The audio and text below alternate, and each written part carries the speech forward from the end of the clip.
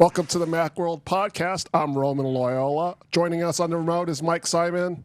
Hi, Mike. It's good to be back. And yeah, the new guy. It's been a while. It's been a while, so he's been a busy man. In the studio with Leif Johnson. Hiya. And the most important man in the room, Adam Patrick Murray. I'm sorry, I'm back. I have to apologize first off to everyone because you get the B team. Dan is off doing something important, and they left the wheels to a horrible Android PC user. Usually they don't let me in the studio, but today I had to. Today we had to. We had no choice. Yep.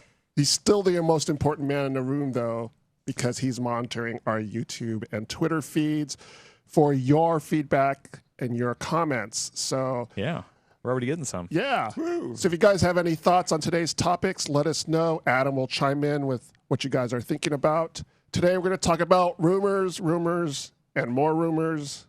Maybe we'll make some up of our own. So what are you doing? That's what you get paid to do, right? But we're going to start off with a report from Bloomberg this past Monday, I believe. Was it Monday? Yeah, it was Monday. Yeah. So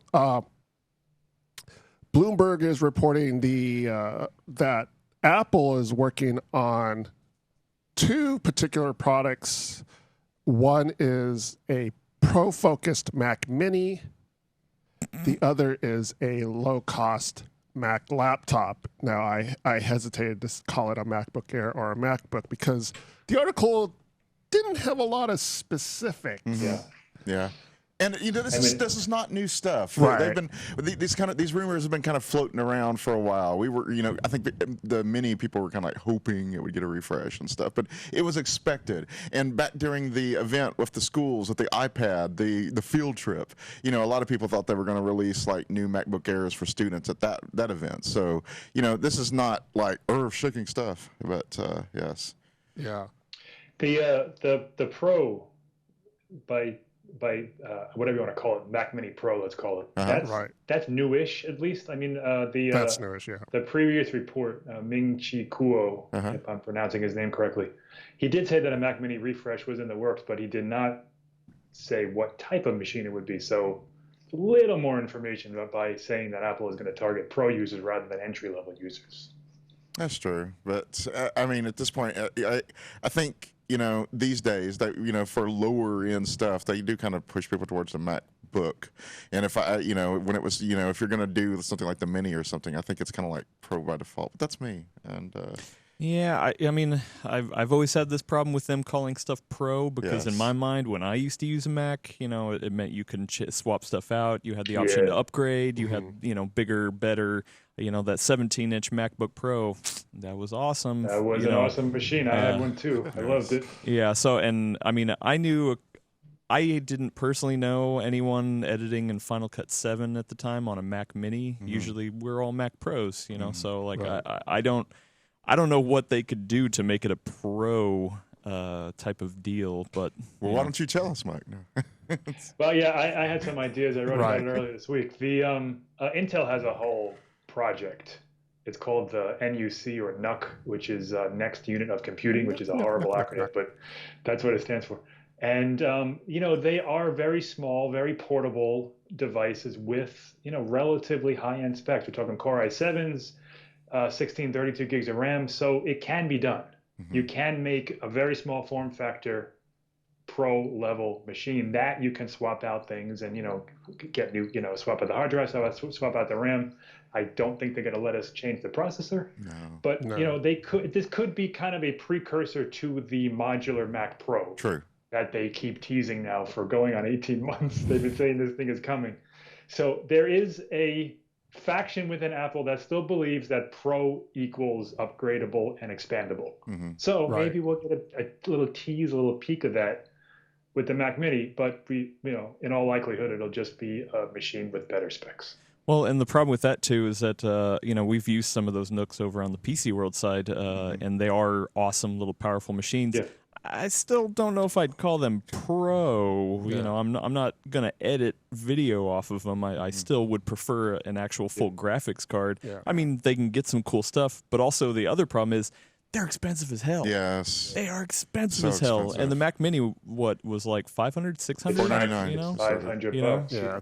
So I Yeah, mean, if it's going to be a pro, I mean, it would be 3 times as much, easy. yeah. Yeah. So and I mean, not that Apple's not against raising, putting things at a high price point, but at the same time, I don't know. And also, Mark over on YouTube's asking, I mean, who would the Pro Mac Mini be for if it isn't for pro users? Well, that's a good point. I guess if you're wanting your you could be you use it for a really good monitor that you think that Apple for some reason doesn't is up to snuff on that. But yeah, going back to what you were saying, that was one of the appeals of the Mac Mini. You could buy into that Apple system, but basically just use stuff that you have lying around the house, keyboards and monitors and everything, without actually having to buy this big, beautiful, elegant all-in-one display. So that is a loss if they do just go the pro route. Even though I was go ahead. Sorry to interrupt. I didn't mean to. I thought you were finishing. I think the definition of Apple's pro user has changed a lot. True. And a pro in Apple's mind is someone who does light video editing, who grades photos in iPhoto, who takes a lot of pictures, maybe streams a lot of movies, things like that. And I think that a Mac Mini Pro would be for those people. So we have the email and web surfing on one hand, and the Photoshop and Adobe Premiere on the other, and those people in the middle that are doing heavier tasks than simple surfing, right, but not quite as powerful as like a creative professional. I think that's going to be if assuming this report is accurate, that's what the Mac Mini Pro would target. Yeah. Probably around $1,200. Probably a Core i7, probably 8 gigs of RAM, 512 gigabytes of SSD storage, something like that, where it's a little bit better than like a base iMac, way better than the Mac Mini is now, but right, it's 4 years old, but still not like not super high end. And not sorry, not to poo-poo on this, to keep going, but I mean, this seems like such a real niche market, yes, a real that's small sliver. Apple, does Apple really want to go for that's such a small sliver? Because I feel like the Mac Mini did have a larger range of applications, but a Mac Mini Pro, who targeting pro people who don't want a larger desktop system, that just seems like such a niche of a niche.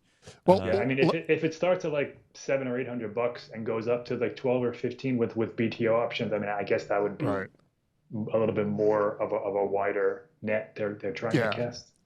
Let's not get caught up with the whole pro naming thing. So I think what the reason why it's called a pro is because it's a shortcut to saying that Apple is taking a different approach with the Mac Mini. Approach? Meaning that, yes. Well, see, if we're going to go in that direction, so, I kind of wish they would have both. You would have the really cheap one. Yeah. And they might. Yes, and then they would have the big one. Because, we are just kind of working off an informed rumor right here. Right. Yeah. So I think Apple, honestly, that makes sense. So Apple's going to, I think they're going to up the specs that will make it maybe appealing. More appealing to pro users, but they're still going to call it the Mac Mini. Maybe. And, the Mac Mini also has a reputation of being a bare bones entry-level computer. If they suddenly throw a Core i9 and 32 gigs of RAM in there, it's going to take a lot to sell people on the fact that, now all of a sudden it's a real high-end machine. So, I think you're right. So I think it's not going to be super-duper high-end pro. Yes. Right. I think we'll see like maybe 3 models. There'll be a $499 model that's essentially the Mac Mini that's been sold for the past 3 years. And then we'll see a current Mac Mini that's probably $1,000 to $1,200 that has more updated specs, faster processors that people who are more demanding have been asking for. So I think that's what you'll see. So just more options. I think So I think that's what it is. So do you think they're going to change the look of it at all? I think maybe they'll go more towards when I was on the bus this morning, I was thinking that maybe it would be the more like the Apple TV or something like that. But maybe they'll go crazy. Maybe they'll pull a Mac Pro on us or something like that, where it'll be the Coke can instead of the trash can. Don't do that. from Periscope or Twitter, however we announce it. Enigma Engermonger, I'm sorry, I'm horrible at names. Has an interesting take. The Mini was meant to appeal to customers that wanted to try a Mac. You know, Yes. That's a good point. Absolutely a switcher machine. Yes, yeah. sir. And that's kind of what I meant by the stuff just lying around your house, like the monitor for your PC and stuff. Yeah, that's really what I meant. PC monitor, keyboard, monitor, mouse. Yeah, BTO KVM is, I think, or KMV as they announced it, something like that. Yeah. Pick your own keyboard, video, monitor, and mouse, something like that. So how do you think Apple will go with the ports? I mean, I hope they don't take any away, because Yes. that's one thing the Mac Mini has going for it. Is it has an embarrassment of riches when it comes to ports. Uh-huh. An SD card, obviously a headphone jack, bunch of USB. I mean, they obviously need to upgrade it to USB-C and Thunderbolt 3 if it's going to be even closely to a Pro machine. Yes. But I hope, if they shrink it, I hope that they don't lose like half the ports in the process. Yeah. Does the iMac Pro have an Ethernet, wired Ethernet? I believe it does. I think it's gigabit. Oh, okay. The iMac Pro? The Yeah. iMac Pro. Yeah, he definitely does. Yeah, so I would definitely hope the has a gigabit too. I would definitely hope the Mac Mini Pro would have wired Ethernet as well. Not get rid of that.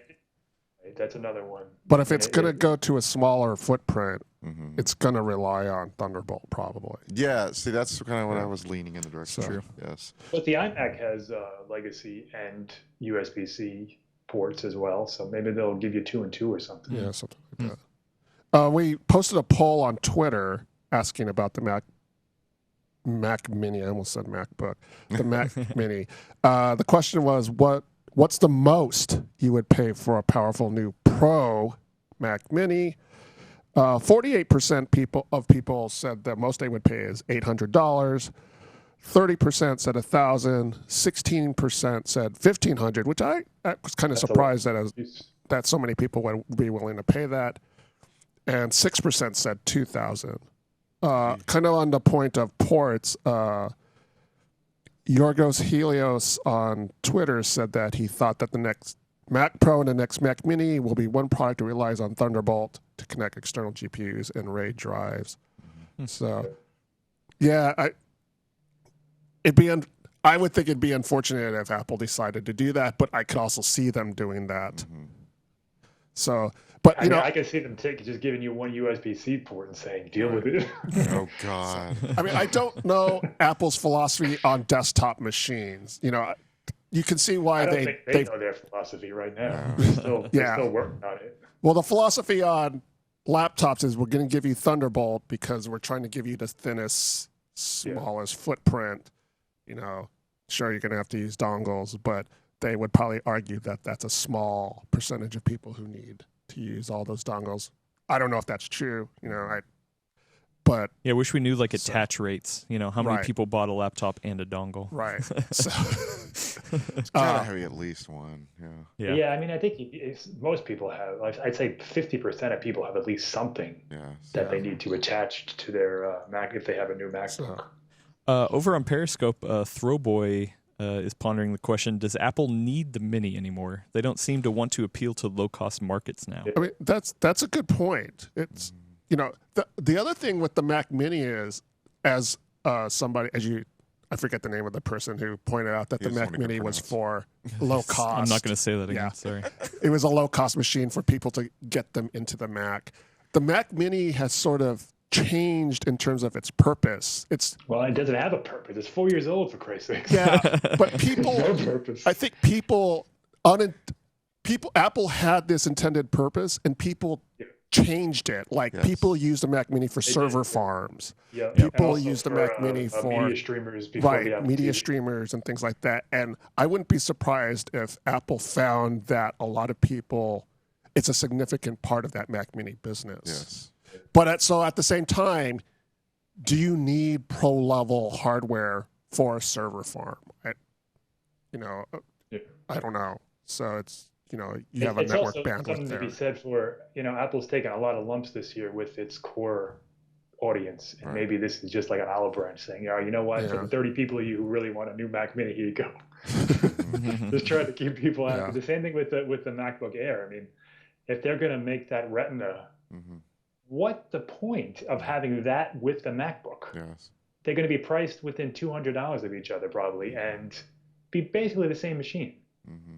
So it's almost like they're saying, all right, listen, guys, we're sorry we screwed so many things up this year. Here you go. Merry Christmas. Well, if you're gonna do that, I think Mark is from on YouTube is gonna follow my suggestion. I'd rather have Apple be committed to offering updates for their upcoming Mac Pro. I personally hear more people yelling about "Give me a new Mac Pro" than "Give me a new Mac Mini." They already told us that. I don't know who knows when. Right. But most likely sometime before the end of 2019, Mm-hmm. there will be a new modular Mac Pro. Yes. That's what they've said. They've said that enough times, and if they don't deliver it, someone's going to go down to Apple Park and burn it down. So they have to. they have to make that, and sooner than later. Probably so. next year, WWDC. Yeah, I think it's going to be the marquee announcement at WWDC. Yes. I hope so. Some other comments on the poll. Comatose says that he would actually pay $1,500 if it had a high-end graphics card, and he would pay $1,000 if it had a generic graphics on it. Good luck. Yeah. I mean, I think there's a market. There's a market for. I'd love to know how many minis they sold like this year. Is it like 6? Is it 600? Is it 6? I have no idea. Well, at this point, I I'm can't pretty gauge sure that people at are all. waiting on the next one. So that was It's not even on display in Apple stores anymore. Right. Like it's like it barely exists. What's kind of ugly for the store these days compared to their modern stuff. It has a Haswell processor. I mean, it's hopelessly outdated. Yes. It looks like, here's a museum. Yeah. Yeah. So But along. it'll be to see. My guess is, I guess they have a Mac event in October to do all this, because this won't happen at the iPhone event, right? No, this won't happen at the iPhone event. They'll probably do So it. probably mid to late October. Yeah, it'll be like part of their holiday announcements. And I wonder if that'll include Apple TV and whatever this video service is, if they give you a sneak peek at that too. Yeah, so there's been rumors of Apple unveiling their own service. There was a story by TechCrunch earlier this year about how Netflix is doing this test run in, I think it's 33 different countries, of trying to get people off of their Netflix subscription that's based in the Netflix app, because if you signed up through iOS, Apple gets 30% of that cut. Yeah. But I think that changes to 15% after X amount of It's years. only after the first year. Yeah. So, and Netflix But is like, that's an issue now also with Google, with the Fortnite mobile release wasn't through Play Store. Mm-hmm. So I mean, and these are two, Netflix and Epic. These are huge names that are bringing a ton of attention to the fact that Apple and Google are making billions of dollars a year by doing nothing but giving you a storefront. And there's an ease of use, there's a convenience, there's a delivery service, there's a security, all that stuff exists, of course. But I think it's going to reach a point where Apple's going to have to lower, and so Google as well. As soon as one does it, the other will follow suit. And I think they're going to have to lower that cut that they take in order to keep these developers happy and to, as Leif says, keep things secure, because it is important to go through the Google Store and the App Store, because you're 99.9% assured that you're not picking up any malware. Mm-hmm. And the investors, though, will be like, no, we're going to, And and if Apple loses that revenue, do you know how small that is in their bottom line? I know, but these people. I mean, somebody floated the figure of $16 billion. I don't think that there's no way it would cost them that much. Yes. Well, also in the Bloomberg report was, as we mentioned, a report of a new MacBook that, as they were putting it, they thought would have a 13-inch screen, and which seems kind of odd, because they also said that it would be similar in terms of form to the MacBook Air. Yeah.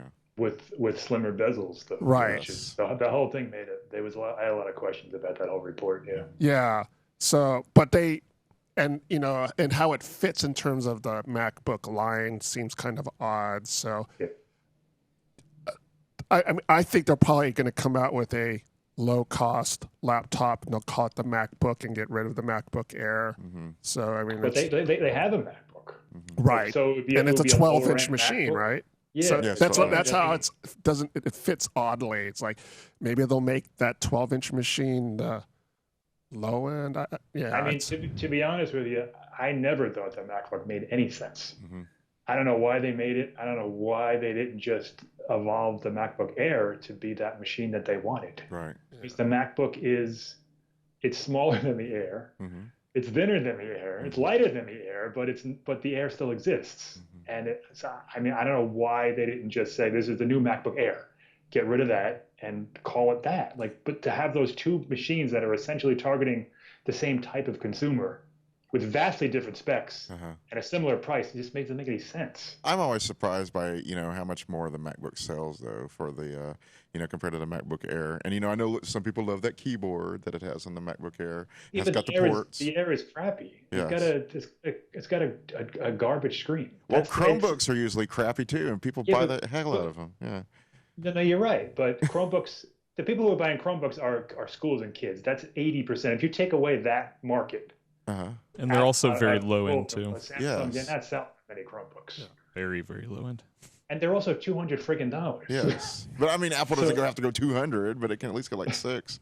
Yeah, they're not gonna have a $600 laptop. No way. I know, but I was, the lowest it'll be is $900.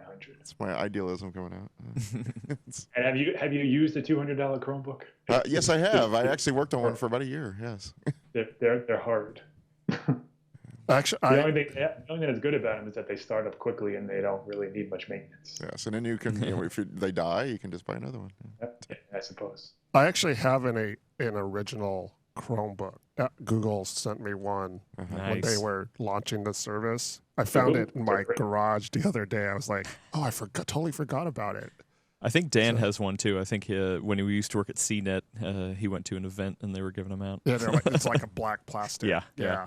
So I should fire it up and look at it. Is great, but that's $1,000. Yeah, that's the Pixelbook it's like the MacBook Air. Right.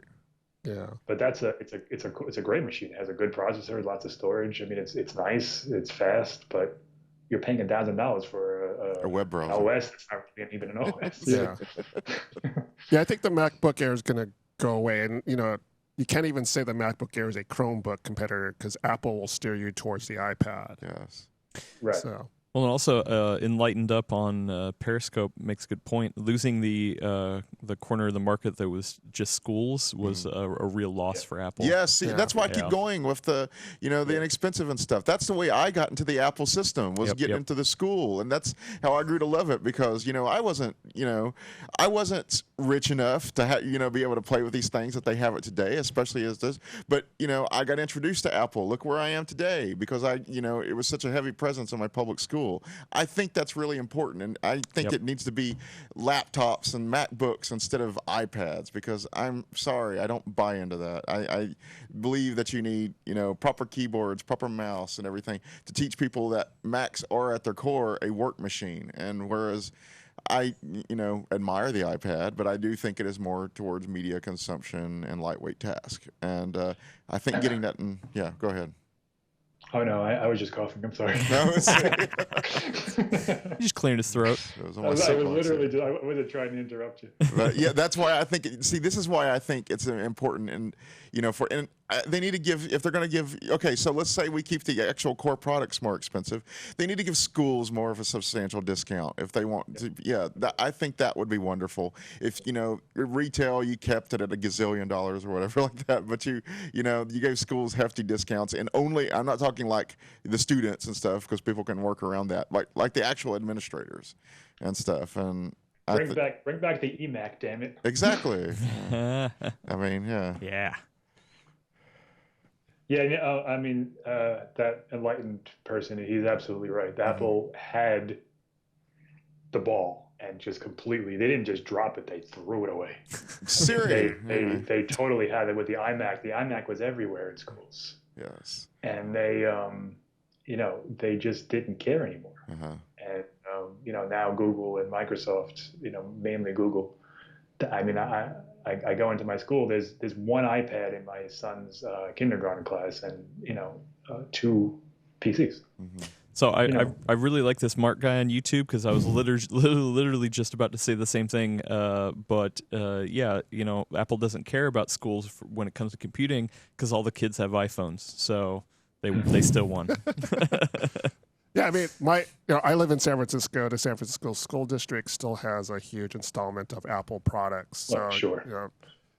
But that, of course, We're outliers. We're down the street from Apple, so and Apple had its Chicago event earlier this year to talk about how they're trying to, they have these new programs for schools, but it's even the San Francisco School District is reliant upon web apps. Yes. And you don't need Apple Gear for a web app. You can use an iPad on a web app, with a web app, but Chromebooks are a lot cheaper. So, Yes. But If you put stuff in the cloud, you can access it from anywhere. yeah. So, yeah, I mean, Apple's their iPad software for schools is excellent, but you got to buy 30 friggin' iPads. Yes. Who could afford that? Mm-hmm. yeah. Maybe San Francisco can, but certainly not where my son goes to school. Apparently, L.A. couldn't. Remember that? Yes. Yeah, right. So. But yeah, since all the kids are using iPhones, they might want to put this in their calendar that the rumor is September 14th. Great transition. It's I'm well sorry. done. I know I'm not That supposed to was stop and not say how great a transition is, but man, that was a great transition. Well, you pitched the softball. So I just swung hard. So new iPhones are coming. yes. German site, Maserkoff. I don't know German. You're mangling Nick. that, man. Maserkoff has information that Apple will be taking pre-orders on September 14th. Now, you've probably seen from other sites about articles about when could the iPhone event be. A lot of people are speculating that it'll be September 12th because September 11th is essentially a non-official holiday in not just San Francisco, but in the United States. Apple likes to do Tuesdays for events. They don't like to do the first Tuesday in a month, but they will. So, and I mean, traditionally it's been Tuesday or Wednesday for the iPhone, and it's always been around those low teens. They'll do a Wednesday, and so everybody's kind of guessing that September 12th is going to be the iPhone event. It's always in September. Yeah. So. Yeah, I think that's a pretty safe bet. 12th, and then the following Friday or that Friday will be pre-orders. Yeah. 2 weeks later, it'll go on sale, and 2 days before that will be iOS 12. Yeah. Most likely. We were talking about the show before. We were talking before the show about invites when Apple would send invites. So I guessed that they would send them starting early next week. But then when I was saying that, I was thinking, I bet they'll do it tomorrow. Really? That's pretty early. But that is really generous early. of Apple. Yeah. They usually make it as inconvenient as they can for they journalists to give get you out like there. a week and a half. Right. And the plane tickets go up by Right. $1,000. Because Apple wants to help the plane and hotel industry. So the only thing that's always like super early is WWDC because they know, that's right. They invite 1 million people to that. And I remember the Apple Watch, the introduction of the Apple Watch, that iPhone event, invitations went out pretty early too because they invited people that they didn't normally invite from fashion and from things like that. So they gave them a little bit more time. Yeah. But generally about 2 weeks out. Yes. Well, Ibrahim on YouTube asked way early, will there be new iPods this September? What do you guys think? There's a lot of rumors around iPhones. But, I'm sorry, not iPods. AirPods. I'm sorry. Okay. I read that wrong. Yes. That was my bad. iPods. I was going to say, that'd be they could cool. do a new iPod Touch. Do it. They've updated. Do it. With Face ID. Or that Nano. Come out with the new Nano. Yeah. But AirPods. Yes, sir. Yes, I agree. There will be new AirPods, even if it's just something as simple as a couple of new functions with the same form factor. But people And are talking wireless about all kind of crazy stuff, like they want to have some kind of crazy, noise canceling in them, and more touch gestures, like you can slide your finger up and make it volume. But people are getting really dreamy. It's just better specs. Yeah, I mean that's a runaway hit, and AirPods 2 has a nice ring to it, so I'm quite certain they'll come out. Maybe noise canceling, probably IP68 water resistance, things like that, but essentially the same product with a couple of new things. Oh, and a wireless charging right, case. the case is the big rumor. Oh, So That's right. which wireless, which makes me think that maybe would they ship the AirPower, which they announced how long ago? Oh, Yeah, God. almost a year. It was the iPhone event last year. Yeah, Really? it was- Wow, and it still hasn't come out. No. Right. Still Dang. hasn't released. All right. It's In a case people- They matte. said 2018, so they can still nail it. Yeah. In case people have forgotten, Wow. the I thought that was out AirPower already. was a device that Apple introduced last year almost. That it's a wireless charging pad, but it can charge. I think they were showing 3 devices at Yes. once, so you could And charge it your also wireless. has Yeah. It has a chip, and it runs like a modified version of iOS, so it can beam charging percentages to your phone and stuff. Yeah. Like it's way more advanced than most key charging pads. But Jesus, it's been almost 12 months. Yeah. And there have been a couple of stories that have come out talking about that this product actually was more difficult than Apple anticipated. So, Especially with a feature like that, I could maybe see that. Yeah.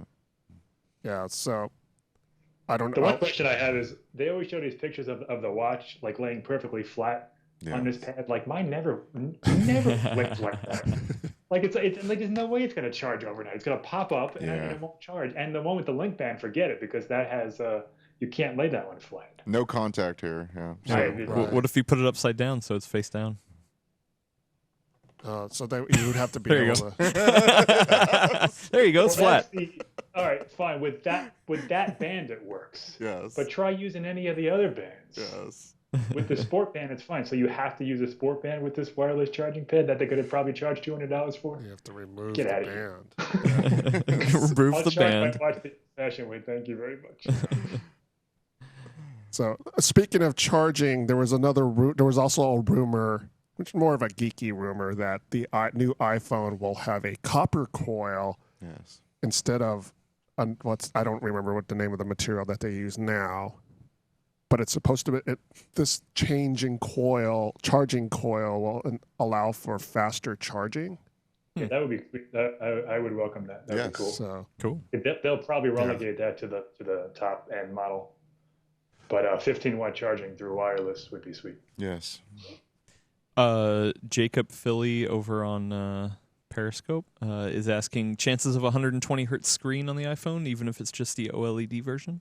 Well, if Yeah, they that want to would do be the awesome. Apple Pencil, they might go that route. Remember how they I said mean, that? it does. The iPhone now, like the touch inputs are Right. they refresh at 120 hertz, but it's I don't not know. a I tell consistent. you what, Adam, you know, because it was your sample. I tried out that Razer phone, Mm-hmm. and the 120 hertz screen is just remarkably cool. Yeah, it's It's smooth. so nice. Yeah, I thought it was a gimmick, Mhm. but you can go back and forth on the phone. You can set it to 60 and then to 120, and it is a huge difference. Well, see, Huge. I think this is important. You know what I was just saying, because there's that rumor that Apple might bring the Apple Pencil to the iPhone, and Oh yeah. yeah, they're okay. So if you use 120 on the iPad Pro, the nice thing is the ProMotion, I believe, yes. And the nice thing is that get your movements better. It more accurately interprets the movements and stuff. So that's really good for drawing. But more importantly, it's also good for writing, because you can write smaller because it is interpreting the movements yeah. better than it will at 60. So if they Nice. bring the Apple Pencil, whether it's a smaller one or whether for some reason we're using a big ass pencil on there, it will. I think 120 be really important for that, because it would make using a stylus essentially on a phone much more accurate. Well, what But about does it, so when you're using the stylus, I mean, you can't answer this question, it's just more rhetorical. Uh-huh. Would the 120 kick in, the 120 touch kick in because it's a stylus, even without giving you a full 120 hertz screen? I wonder. That's a good question. I don't know what they would do with that. Yeah. well, and what if it's just limited to 90 hertz? Like I know the upcoming Asus ROG phone on the Android side, is an OLED.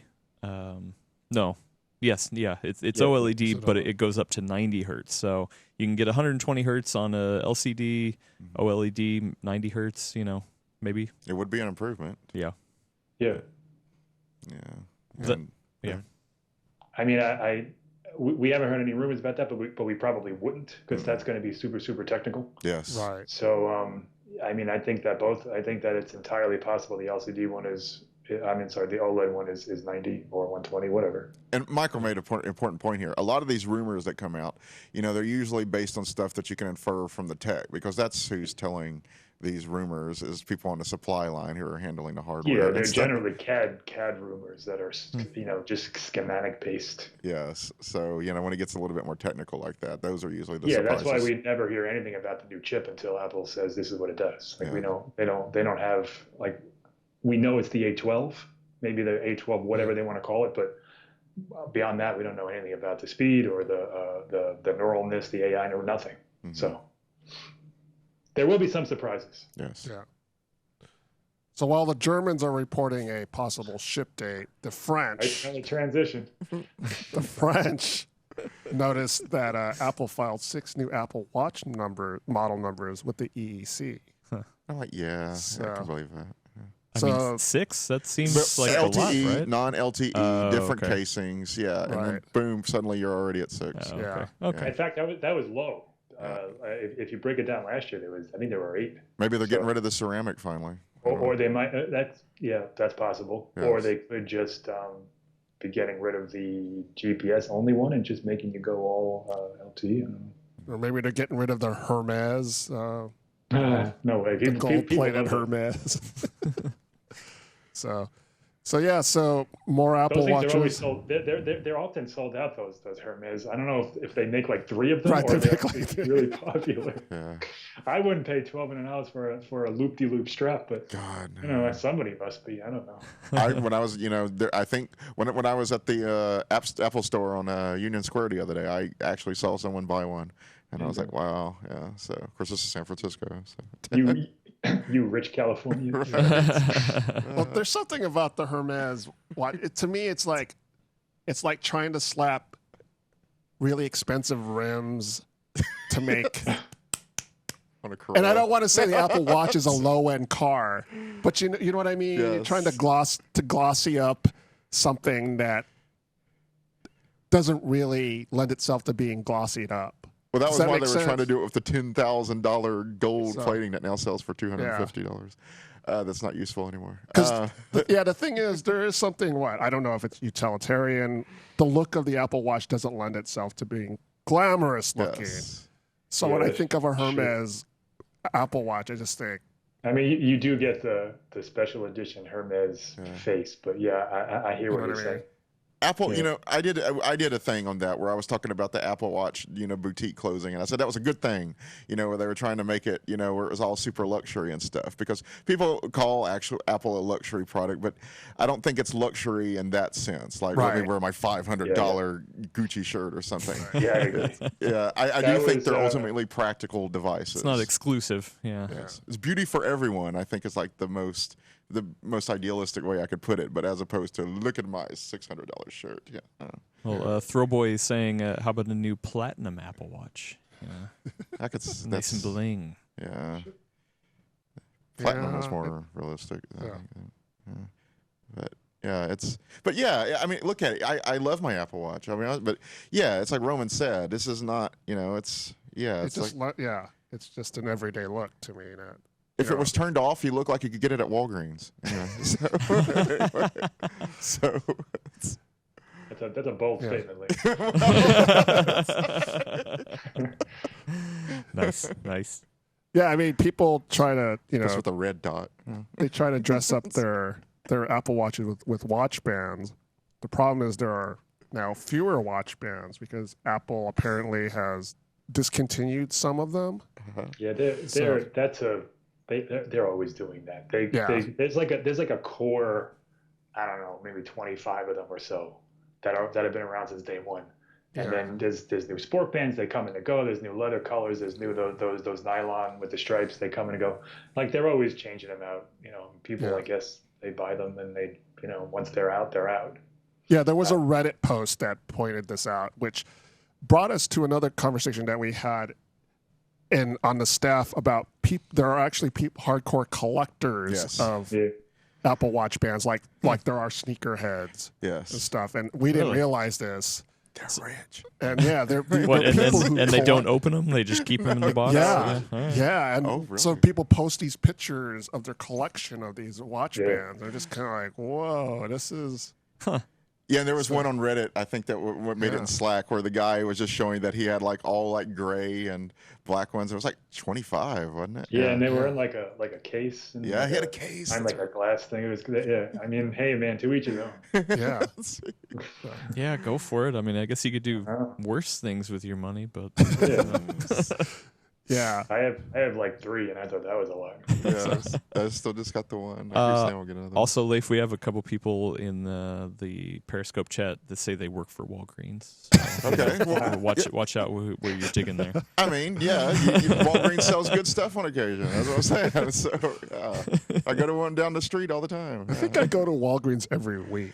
And you know what? I'm from Chicago, and you know that one thing that really ticks me off is where CVS always puts their stores right across from a Walgreens. It's like, get out of here. Anyway, so because Walgreens is from Chicago, yes. You really flipped from. So there, see, I'm on your side. You went from deriding Walgreens to vehemently defending it. That's funny. 'Cause Uh, I noticed that too, and I purposely avoid CVS because of Yes, that. it's like Samsung, where they're being all obnoxious and up and and so they're like the Samsung of grocery stores. Nice. Let's keep this friendly here. Come on. Damn. This podcast is Yeah. brought to you by.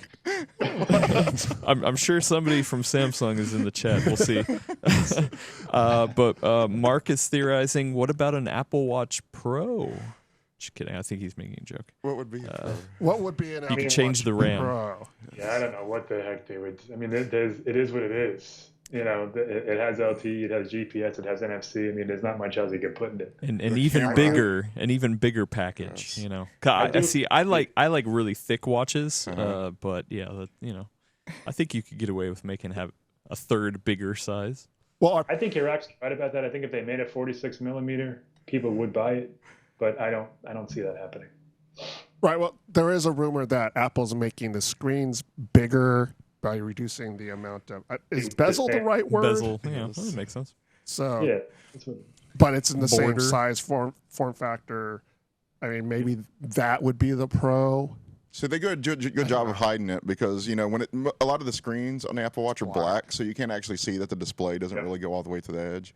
yeah. But Unless you're showing a full size photo, you have no idea where that screen ends, and that's one of the things that Apple did great when it designed this watch, was using OLED to its full advantage. Mm-hmm. You can't, you have to like really turn it into a certain light to see, Yeah. where those bezels. Now, Android Wear OS it's called now. They recently finally went to a full dark mode, and I mean it's like night and day. Before they had this kind of weird off black grayish color that was just so you could see just enough of the light coming, like it was just annoying. So now it's full black, and it makes a huge difference on watches. Nice. Yeah. There's also a rumor that they're going to make them thinner, and I kind of hope they don't do that. I wish they would just add more battery. But I think the same thing of Apple's laptops. They keep making them thinner. I'm like, don't make them thinner. Just add more battery. But I don't know. Maybe that also would make it more expensive. I don't know.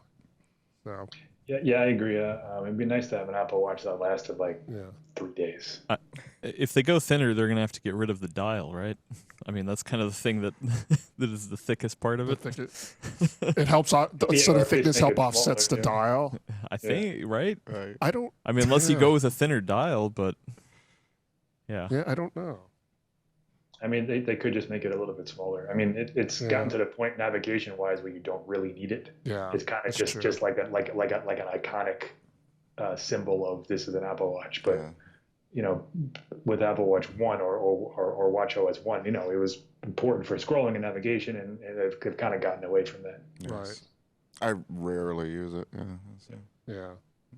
So Got the nice red dot though. Yeah, I do. Yeah. Yes, and still paying for that too. $9. Yeah, so am I. I don't even wear it much anymore, and I'm still paying for it. They got you.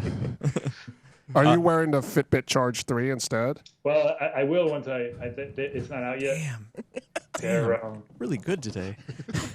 Really good at I had this a full cup of transition. coffee this morning. This is actually a pretty good show. Mike, Hey, Mike a couple days ago posted a hands-on with the Fitbit Charge 3. So, what were your yeah, impressions of it? it comes out in October. Yeah. But I got to check one out last week, which is why I wasn't on the podcast. And first of all, it depends on what you want. If you want a full smartwatch, this is not, you're not going to even consider it. It's very much has a foot and a half in the fitness tracker room, where it's skinny and it doesn't show a ton of information on one. There's a lot of tapping and scrolling if you want to read text and things, but they have taken, so since the Charge 2 was announced, they have now the Versa and the Ionic, which are full smartwatches with full OS's, apps, and all this stuff that we associate with smartwatches. And the Charge 3, it picks up some of that. So now all the notifications from your phone go to the Charge. You can read things.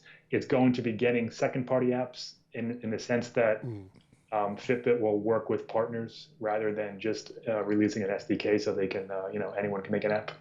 But there will be apps, and it does some extra things that the Charge 2 didn't.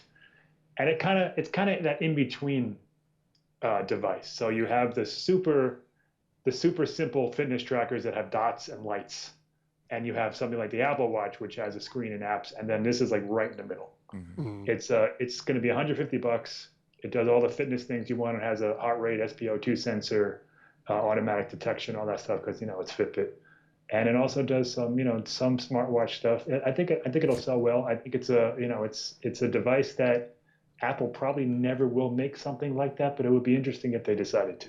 Well, it almost, I don't want to say seems like an odd device to me, but it seems like a device you would only wear while you're being active. Is that correct? Well, it has a couple of things. For one, you can swap out the bands just like anything else. So it has all different colors, all different materials, leathers, and it has a 7-day battery life. 7 days, man. So you can put it on Monday. You don't have to take it off till Sunday night, and you can shower, you can swim, you can do whatever you need to do with it, and it's always going to be on your wrist, and it's always going to be working. And that's if it was a 1-day battery life, I agree with you. But a week long, that's if you don't want to wear a real heavy smartwatch and you just want something that's lightweight but still get notifications, still get obviously the fitness tracking, it's pretty attractive, and it's only $150. Yeah, it's a pretty good deal. And if you spend $20 more, you get NFC, and you can do that Fitbit Pay thing, which is I wish there was a standardized payment service. Man, all this competition. Android, Samsung, Fitbit, Apple, come on, guys, just have one. I didn't realize that Fitbit had their own payment service. Yes, I know. I didn't know that until I read his article. Yeah. So how well does Fitbit ecosystem play on an iPhone? I mean, do you get like really good notifications? Yeah. Does it ever break? Yeah, the only thing it doesn't do on on Android, you can do quick replies, which means that you can put 5 canned replies like hi, talk to you later, or bye, blah blah blah. You can't do that on the iPhone because of the way Apple handles messages and iMessage. But everything else is fine. All the notifications get through. Yeah, all your stats are tracked and synced all day. Sleep tracking, all that stuff. It works perfectly. Nice. Yeah. Interesting. Yeah. So, Michael, you're probably going to be doing the review when it comes out. I suspect. Yeah, I guess most likely. Yeah. So and like you said, it doesn't come out till October. Yeah, you can pre-order it now. Yeah. But it doesn't release till October. Like I got about 20 minutes with it, and it was comfortable. It's not. Yeah. It's a little bit bigger than the Charge 2 vertically, but width-wise, it's about the same. It's very light. The band swapping mechanism is super easy, and they have a bunch of them that they sell for around $30 each, maybe 35, I forget. But I think it's the Charge 2, from what people say and what Fitbit says, it's enormously popular for some reason. So I don't see why this won't be just as much. Nice. Yeah. Nice.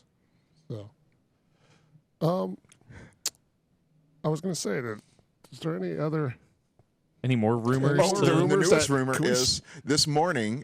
I don't remember who said it, but we were talking about what the new iPhone is going to be named, and they saw something in some kind of coding. I'm just speaking off of what I knew I saw it on the bus. But, it's the iPhone XX or the iPhone 1010 or something like that. So, God, that would be horrible. yeah, that was it. I posted it in Slack earlier. Because then you're going to get to XXX and what? And then you won't be able Then to game buy it over. until you're 18. Yeah. God. Why don't they? I still think they should just call it an iPhone, right? Yeah. The iPhone. Yeah, I'm going to go on 2018. record saying my guess is iPhone for the 6.1 inch, Yes. iPhone XS. No, they will not do XS. You don't think so? Because XS. iPhone XS, Samsung would have a field day with that. But it would be called the iPhone 10s. Right. Yes, but Yeah. everybody's going to pronounce it XS. Everybody says Maybe Mac it'll OS just be X. the new iPhone 10 because if they don't sell the old one, maybe they just call it iPhone 10 and then iPhone 10 Pro or Plus or whatever. Just drop the numbers. This isn't Yeah, Final no, Fantasy anymore, right? We're just getting too high. Also, Throwboy says you can call it the iPhone Dos Equis. There you go. That's pretty good. That was like a lime green version. Yeah, so that was a 9 to 5 Mac report. Yes. There was some code found in Xcode, and I think the XX is a variable. Yeah, right. That's like a placeholder. It's like TK. That somebody was using or something, and they just said XX just to call it something. That makes So, sense. Okay. Yeah, so it's a very. They If they also, call it the also iPhone use- XX, I'm out. He's then- done. He's Then done. you go what Triple X, and then you have Vin Diesel come out and show it. and Hey, then- you know what? If Vin Diesel wanted to sell me an iPhone, yeah, I'd probably buy it. Just kidding, I wouldn't. What But, can do with you? The one thing you'll know about the iPhone Triple X, it'll be obscenely priced. Obscene. An obscene. Yeah, obscene. Obscene price tag, Yeah. probably like $2,000. You wouldn't want to click on this at work. It's obscene. Somebody was asking earlier about iPad rumors. Any iPad rumors coming around? Nothing this week, but we got that one a couple of weeks ago of the very thin bezels, no home button. Right. And Face the ID question somewhere. Yeah. The question I have is, how are they going to orient it? Is it going to be landscape? Are they going to finally flip that Apple logo? And when you start it up, is it going to be landscape? Like, if there's no home button, there's no natural way to hold it. So you're selling basically a screen that you can use in any direction. I mean, you always can use it in any direction, but with the home button down the bottom where it is, it's a portrait first, and then you can turn it. Yeah. If there's no home button, if there's no markings, so it's where's the camera going to be, and where's the Apple logo? How's the Apple logo going to look? Because the iPad, I mean, I don't care what Apple says, it's a landscape device. Yeah, most people, I use it in landscape, even when it doesn't attach to keyboards and stuff. Yeah. Yeah, it seems like what Apple would only enable Face ID on an iPad if it can work in both orientations. I don't. It seems. You would think so. You would think so. Yeah. I don't think they would make that compromise of it only works in portrait. That would be a big faux pas. Could you imagine Right. all the cases with the keyboard cases? Like, let me flip this thing on my side. No, it's- Well, or maybe they just put the keyboard on the other side and make it so it I don't know. Jesus, that would be so hard. yeah, I that hope would they don't be. do that. Yeah, that's not practical. The thing about the iPad is because it's a bigger device, and I don't know anything about engineering or anything like that, they could make that Face ID camera bigger in order to support both modes. Does that make? I don't know if that makes sense. What I just It said, would just but it would do you know just what I need a mean? wider it would need a wider angle of vision. Right, Like right, the camera itself need to be bigger necessarily. yeah. But So it would need to have to be able to see more. right. Right. So and maybe because it's a bigger device, it's more prone to supporting that. I don't know. So I don't know. It's really an interesting question because if you put it on the top of the landscape side, what happens if you turn it the other way? Like, so there's no markings. Again, I say. right. So what if you it's have it upside down? Right. Or, Yeah. Or what if you I don't know how they're going to do this or if they're going to do it, but it's a very interesting question. Yeah. How they're going to handle Face ID on the new iPad Pro that doesn't have a logical way to pick it up and hold it. Right. It has to have a camera, Face ID camera that can work in any orientation, Right. upside right. down, landscape, whatever. Yeah. And obviously the OS needs to, but it does that anyway. yeah. But it needs to understand, like, all right, he's going to be upside down now, and he's going to be sideways now, and Yeah. or else you're going to have a ton of false positives, or it just won't work. Right. So Yeah. I don't know. Bigger screen and an iPad. What do we leave out any other products that Apple? So we already know that they're discontinuing their routers. There's supposedly those over-ear headphones. People have been. Oh right, there was that rumor about that. Yeah. I don't know about that. So there is that. That seemed like Mark Gurman hadn't written something for a while and needed to publish something. Just threw it on the wall and see if it would stick. See, we make up things. No? I don't know if he made it up, but I think he might have, not fabricated. I think he might have elevated a questionable rumor into a one that was more serious. I mean, they had Beats. Why would they make their own version of Beats? Because I wrote an article on it, because I have a feeling there is a lot of people who would buy Apple headphones who would not for their life even take a free pair of Beats. Why? And What the hell's the difference? they associate them with kids. They consider it's like a loud design. They, let's admit it, they're associated with hip hop. I have had people tell me that. And I mean, they are, but they're whatever. Like they make conservative ones. You don't have to buy the ones that are like bright blue. right. They make black and white. But even so, some branding is really important to a lot of these people who spend all this money on big stuff. And By a lot, I mean millions? Like, Yeah. Yeah, I'm Yeah, gonna have to agree with Leif. I If know a so lot of many- people who don't like the Beats name just because it's Beats. yes. Yeah. Yeah. So if they made a pair of headphones that were over the ear and looked kind of like Beats, but with an Apple logo, you're telling me they would sell? It would not Yes. look like Beats. I don't think it would look like. They would come up with something cooler. But, yeah. How different could it look? Oh, I always say Brushed this joke. aluminium. This is the joke I always run to when we talk about this topic. The cans itself would be the Apple logo. Yes. So There they you would go. be Just a big plastic apples. I don't think anyone would buy that. I'm done with this conversation. It would be two apples instead of your head. That would be awesome. People would buy that. Oh, stop it! Nobody would buy that, Roman. They would buy them, especially if they were the original 6-color logo. Oh, that would be Blue, cool. no, no. That would be That cool. would be sweet. So I would rock that all day long. Bondi Blue, yeah. My kids would not want to walk near me, which actually might be a good. There you go. Gonna have to call Talk about somebody. noise canceling. Yeah, noise canceling. Because the cans themselves would be really loud. You know what I mean? Not loud literally, but yeah. Nice. All right. I guess on that note, we're going to wrap up this episode of the Macworld Podcast, episode 618. I'd like to thank Mike Simon on the remote. Thanks, Mike. Thanks for having me. We'll have you get on again Remembering soon. who I am. Yeah. I'd like to thank Leif Johnson. And thank you for the good questions this time. Yeah. Our producer, Adam Patrick Murray. Thank you very much. Sorry you had to deal with me. I won't be back again. There's a giant hook that's going to pull me off. You're welcome anytime. And I'd like to thank you, the audience. Thank you for your comments and questions. Join us again next week. We're on Wednesdays at 10 a.m. Pacific, live on Twitter and YouTube. I don't know why I'm saying this now. I was going to say, if you missed this podcast, which doesn't make sense because you're watching us. Or listening to it afterwards. Yes. But we do, what I was trying to get at is we do post the podcast afterwards.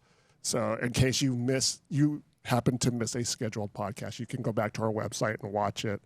So we do post it afterwards later in the day. But our regular scheduled time is 10 a.m. Wednesdays on Twitter and YouTube. Join us next week. We'll post a topic. Pacific time. Pacific time. So that's 7 a.m. Hawaiian in Hawaii. That's Perfect. 1 p.m. East Coast. Yeah, keep going. And don't ask me what it is in The UK. Kazakhstan. I think it's 6 p.m. in the UK, right? Is it 6? Yes, because there are 8 hours. 8 hours, yeah. Yeah. So, but yeah, do the conversion. Join us. Or just have Roman do it. Yeah. So we'll post the topics for next week's show sometime early next week, usually on Tuesdays, the day before. So, but it's usually based upon the news. So maybe we'll have an Apple invite. Maybe we'll have an dissect. Apple invite to talk about. So, and we can talk about more rumors and make up more rumors. So Maybe. join us next week. Thanks for watching. Bye. Bye. See ya.